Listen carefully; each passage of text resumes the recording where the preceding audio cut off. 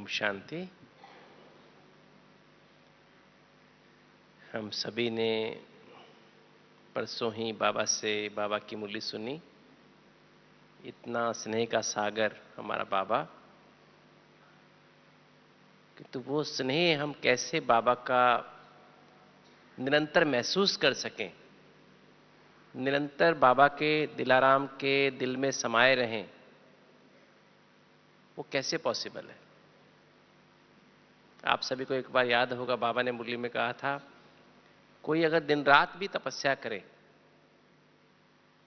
दिन रात लगा रहे, रात को सोना भी बंद कर दे, सिर्फ तपस्या तपस्या और तपस्या करता रहे, तो भी अभी कर्मातीत नहीं बन सकता। याद है ये मुरली का पॉइंट? अभी कुछ शायद 12-13 दिन पहले की बात है, तभी बाबा ने मुरली में कहा था।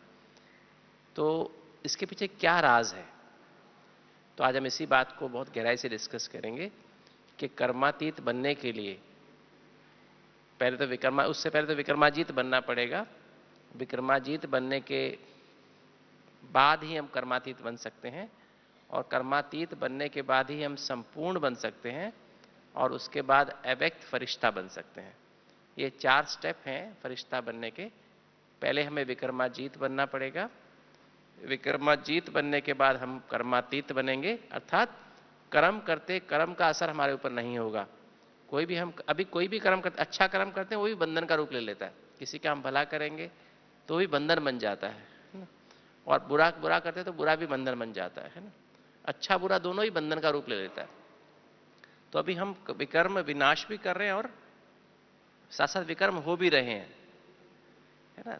ऐसा नहीं कि हम विकर्म नहीं कर पाए, क्योंकि जरा भी देवान आया देवाभिमान आया, किसी बात का लगाव आया, कोई बात हमें कोई अच्छा लगा, कोई खाने की चीज भी हमने आसक्ति से खा ली तो विकर्म बन गया।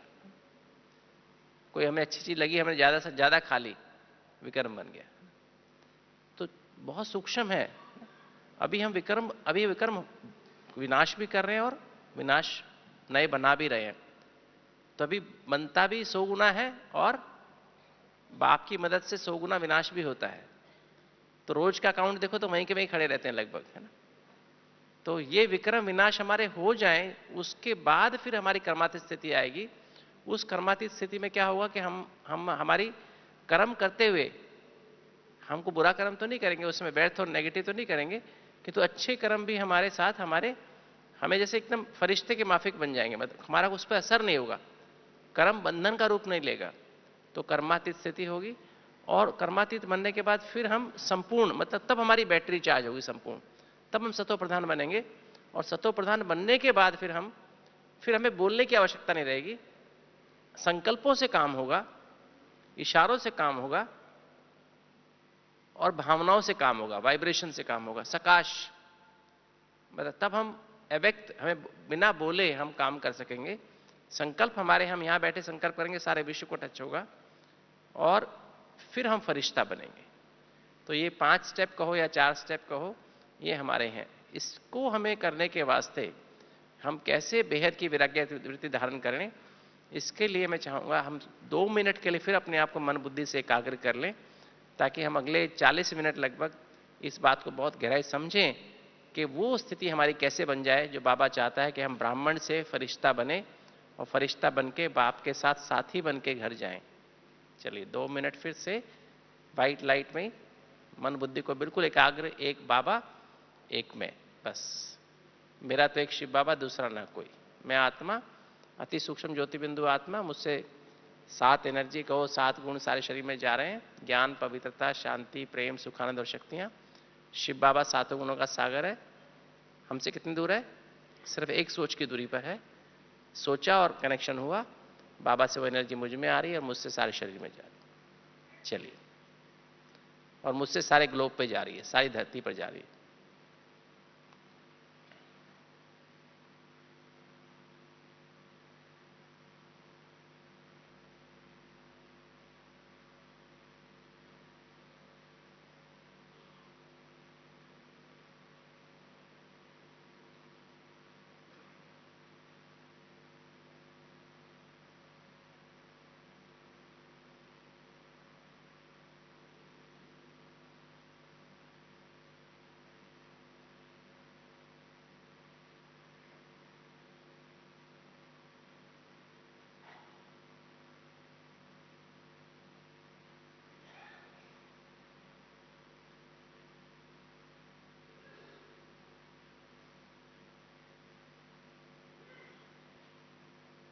ओम शांति। तो आज का विषय है बेहद की वैराग्य वृत्ति। सबसे पहले अगर हम देखें, अगर ब्राह्मण शब्द के अर्थ में ही जाएं, तो ब्राह्मण शब्द का अर्थ हम मनुष्य से ब्राह्मण बने। जब शिव बाबा प्रजापिता ब्रह्मा के तन में आए और सबसे पहले आते ही उन्होंने हमें क्या बनाया?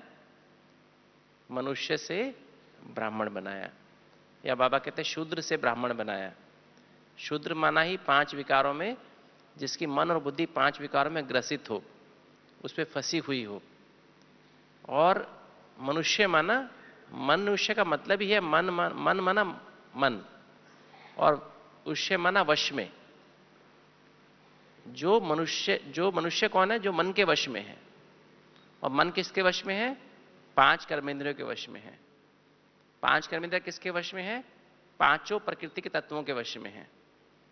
सबसे पहले 5 प्रकृति के तत्व किससे बने हुए हैं? शरीर किससे बना हुआ है? 5 प्रकृति तत्वों से। तो सबसे पहले देह के वश में है।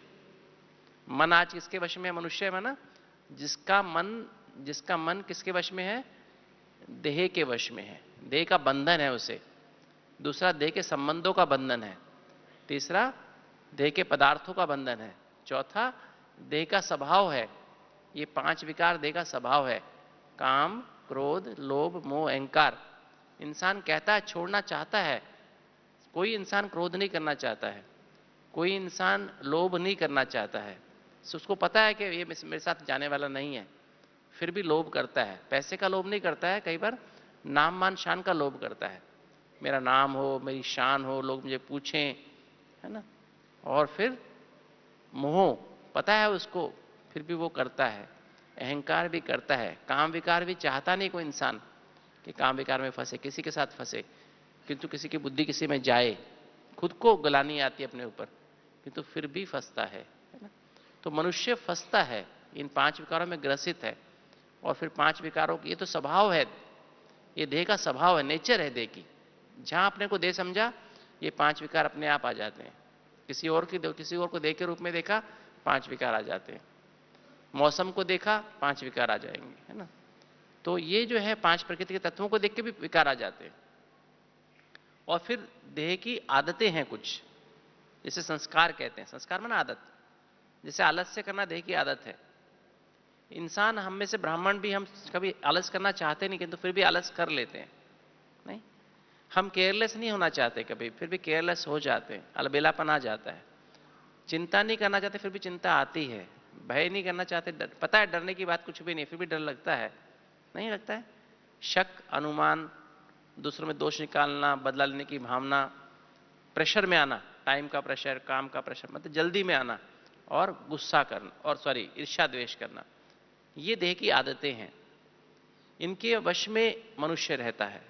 तो ये मनुष्य, तो बाबा जब आते हैं, शिव बाबा जब ब्रह्मा के तन में आते हैं, सबसे पहले हमको मनुष्य से ब्राह्मण बनाते हैं। जैसे ब्रह्मा शब्द का मतलब क्या है? ब्रह्मा माना, ब्रह्मा माना बड़ा, या विशाल, या बेहद। ब्रा मीन्स बेहद, और मन, अर्थात ब्राह्मण जिसका मन और बुद्धि बेहद में रहे। मनुष्य माना जिसकी मन और बुद्धि हद में रहे। देह हद है, देह के संबंध हद में है, देह के स्वभाव संस्कार हद के हैं। ये हमारे साथ जाने वाले नहीं है। ना हम लेकर के आए थे, ना हम इनको लेकर के जाएंगे। परंतु हम जा सकते हैं। काम, क्रोध, लोभ, मोह, अहंकार ऊपर जाएगा, आलस ऊपर जाएगा, अलबेलापन ऊपर जाएगा, शक, अनुमान, चिंता, भय ऊपर जाएगी, साथ में जाएगी। ईर्ष्या द्वेष जाएगा, जल्दीबाजी जाएगी नहीं। तो ये चीजें हमारे साथ जाने वाली नहीं है। तो हद है ना इनकी।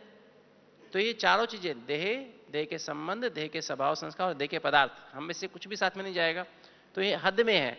मनुष्य की बुद्धि हद में रहती है, मन और बुद्धि हद में रहता है। और हमारा ब्राह्मण माना जिनकी मन और बुद्धि बेहद में रहे। राइट? तो मतलब हदों से पार रहे। तो ब्राह्मण शब्द का मतलब ही है बेहद की वैराग्य वृत्ति वाले। सच्चा ब्राह्मण वो जिसको किसी भी हद से राग ना हो। किसी भी हद से, हद माना देह हद है, ना अपनी देह से ना किसी और की देह से। जरा भी अटैचमेंट ना हो, किसी संबंध से अटैचमेंट ना हो, लगाव ना हो, देह के पदार्थों से, कोई चीज, खाने की चीज, पीने की चीज, पैसों से, वस्त्रों से, किसी भी चीज से लगाव ना हो, ठीक है। और देह के स्वभाव से लगाव ना हो, देह के संस्कारों से लगाव ना हो, ठीक है। तो उससे परे हो, उसकी बुद्धि बेहद में रहे। बेहद माना आत्मा बेहद है, आत्मा का संबंध परमात्मा से बेहद है। मेरा हर संबंध शिव बाबा के साथ है, माता पिता, शिक्षक, सतगुरु, बंधु, सखा, साजन, सर्जन, बच्चा, ये 9 तो संबंध मुख्य हैं बाबा के साथ, किंतु हर संबंध हम उनके साथ निभा सकते हैं। भाई का, बहन का, किसी भी साजन, नाम लीजिए आप, कोई भी संबंध उसका हम उससे निभा सकते हैं। वो हमारे साथ कोई संबंध भी और कहीं भी निभा सकता है। ऐसा भी नहीं कि हम कहीं एक स्पेशल जगह पे तो वहां पे नहीं, हर जगह बाबा हमारे साथ है, तो उसको उससे हमारा संबंध निभा सकते, बेहद हमारे संबंध है उनके साथ। और जो आत्मा का जो स्वभाव है, आत्मा का स्वभाव क्या है? ये 7 गुण आत्मा का स्वभाव है। ज्ञान, पवित्रता, शांति, प्रेम, सुख, आनंद और शक्तियां, ये आत्मा का स्वभाव है, ये आत्मा की नेचर है।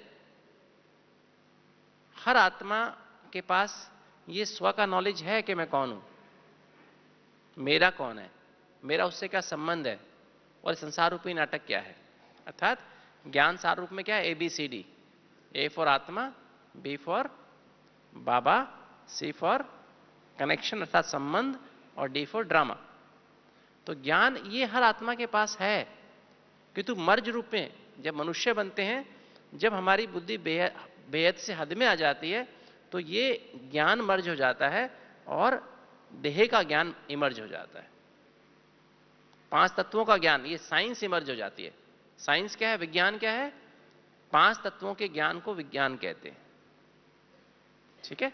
5 तत्वों के ज्ञान को विज्ञान कहते हैं, और ये जो इस आत्मा के ज्ञान को हम क्या कहते हैं? ज्ञान कहते हैं, राइट। तो 5 तत्वों, इसलिए विज्ञान साइलेंस को समझ नहीं सकता है। हालांकि आजकल बहुत सारी मशीनें बन रही हैं जिसके द्वारा उस तरह की इंडिकेशन हमें मिलती है, किंतु विज्ञान का कोई साधन आत्मा को देख नहीं सकता है। कोई मशीन उसको दिखा नहीं सकती कि आत्मा यहां पर रहती है या आत्मा ऐसे निकलती है। कोई भी साधन आत्मा को ढूंढ नहीं सकता है, चेक नहीं कर सकता है। और जो है फिर इसके बाद,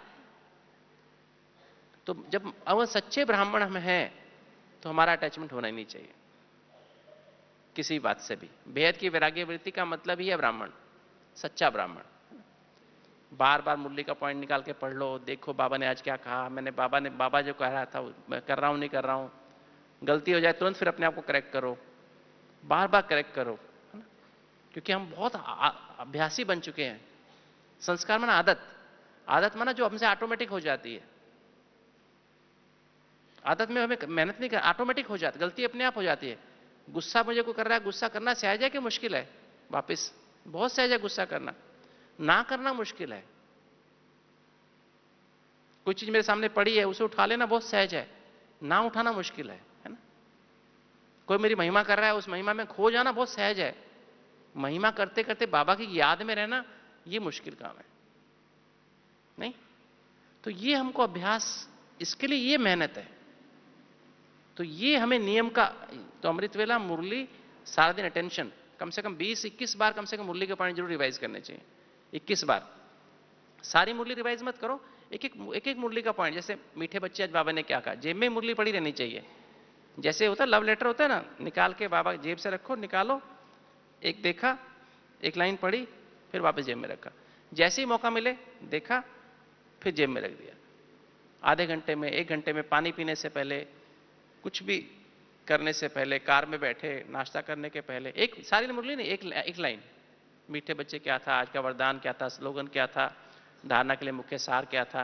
कोई अच्छी लाइन है तो उसको अंडरलाइन कर लो, है ना।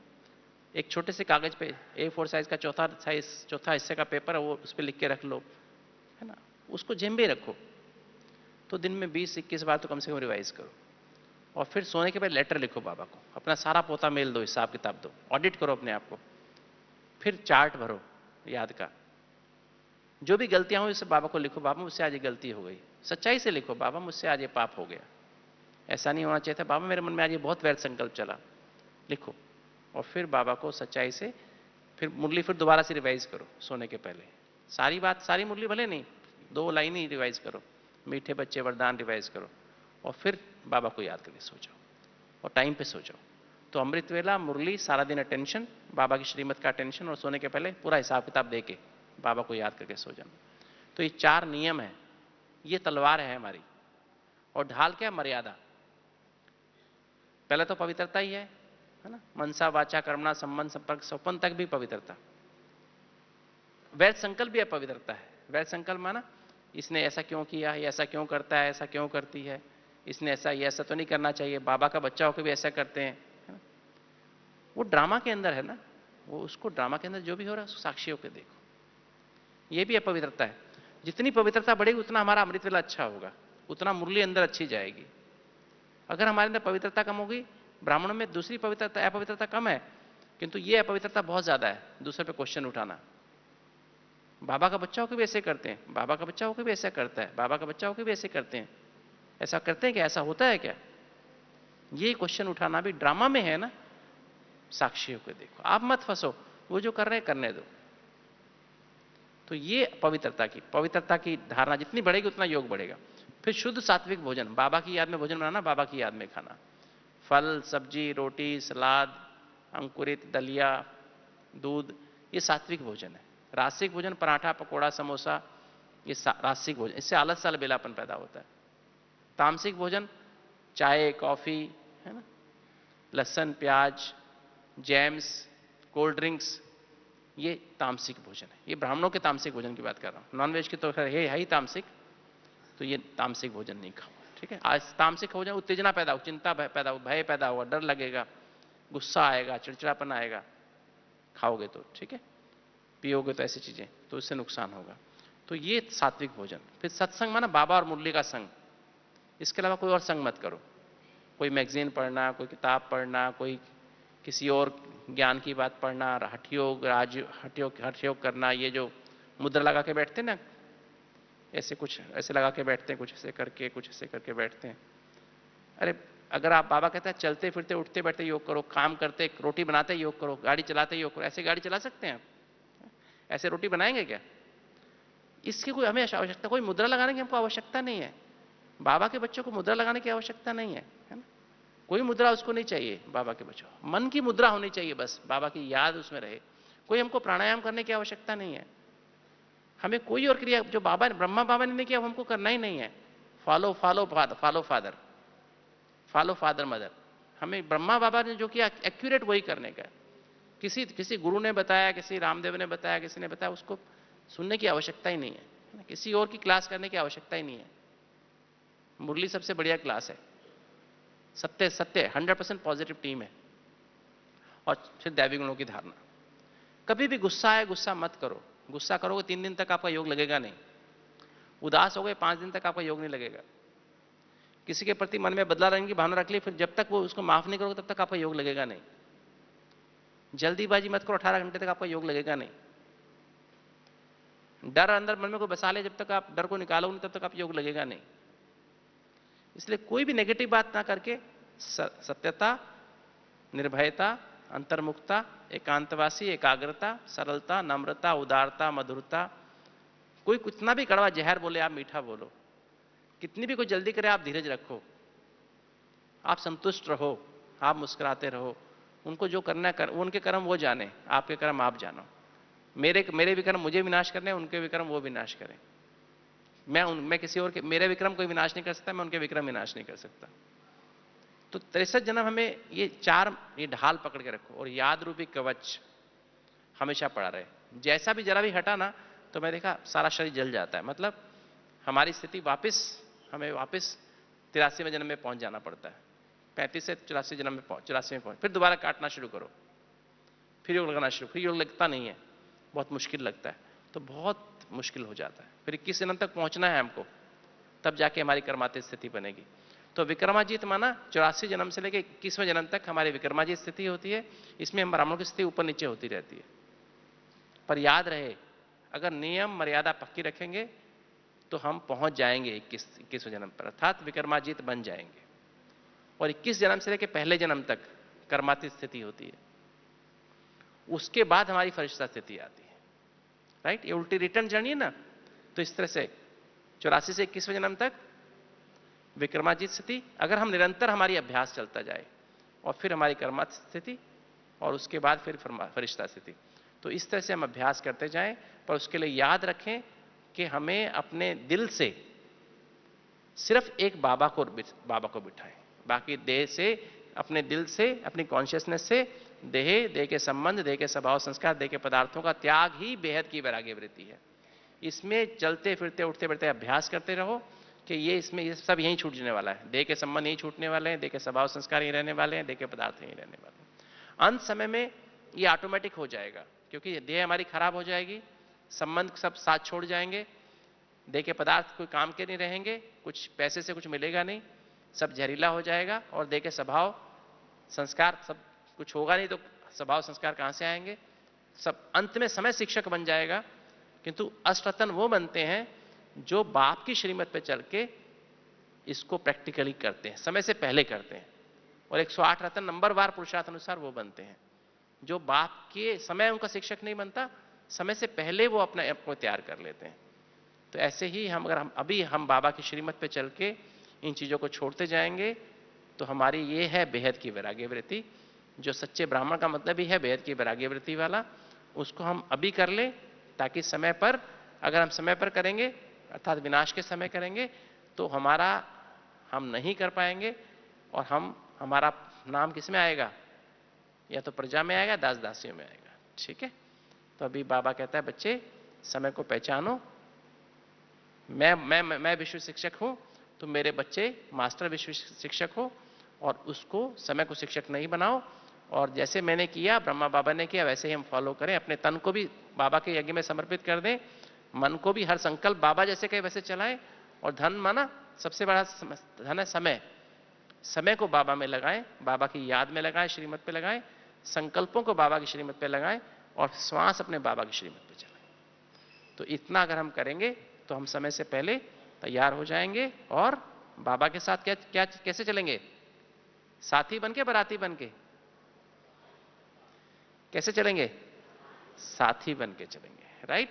बराती बन के नहीं, है ना? तो साथी बन के जाएंगे, तो साथी बन के वापस आएंगे, और बाबा के साथ रॉयल फैमिली में आएंगे। ओके? ओम शांति।